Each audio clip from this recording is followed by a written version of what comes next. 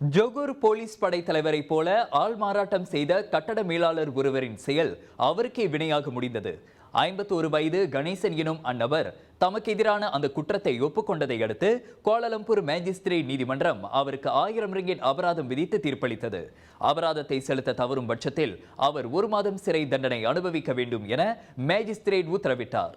இம்மாதம் 6ஆம் தேதி இரவு மணி 8:35 வாக்கில் பண்டார்பாரு செந்தொழில் ஜொகூர் மாநில போலீஸ் தலைவரை போல ஆள் மாறாட்டம் செய்து நபர் ஒருவரை ஏமாற்றியதாக கணேசனுக்கு எதிராக குற்றம் சாட்டப்பட்டது. தடுத்து வைக்கப்பட்டிருந்த 11 பேரை விடுவிக்க வேண்டுமானால் தலா 1500 ரிங்கிட்டை அந்நபர் செலுத்த வேண்டும் என கணேசன் கூறியுள்ளார். எனினும் அந்நபர் பணம் எதையும் கொடுக்கவில்லை என கூறப்படுகிறது.